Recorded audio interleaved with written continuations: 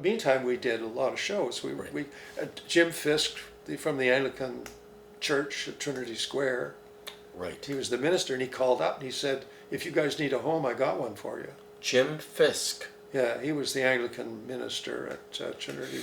At Trinity Square, to remind people, was the church that was where the Eaton Centre is now. Yeah.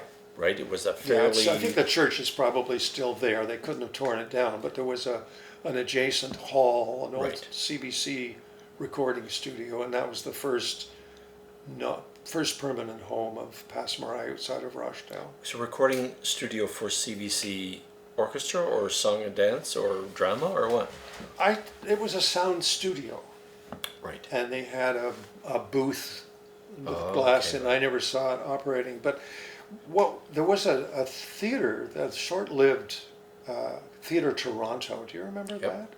And it was a big effort, monstrous plays, big budgets, a British artistic director, and they failed after a couple of years, and That was at the Royal Alex, right? they were at the Royal Alex. And Trio Productions were these two lawyers and Bill Marshall, the guy who started the film festival. Right, right. They were the trio, and they were producing shows like, I don't know, Who's Afraid of Virginia Woolf, but they went bust.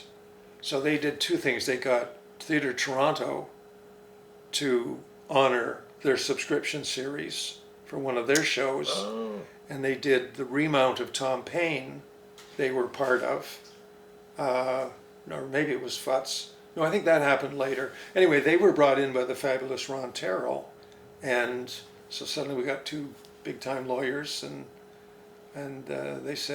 they came in and they said, "Take those three things out of that show, Jim, and we'll support you all the way." And I said, what were the "Well, three I don't things? know. Oh, maybe there would be a joke they took offense toward. I think in the pre-show we just were assembling naughty things, and I said, yeah, sure, it doesn't really matter to me, which is unusual. Normally I'm stupid about that sort of thing, and I would just say fuck you. But they all the way through, they never complained. They never wanted to shut the thing down. They never asked me to pay money. They were totally honorable fellows. But anyway, that was good. That was good for, we tried to get George Luscombe to come and see it, and he wouldn't, so.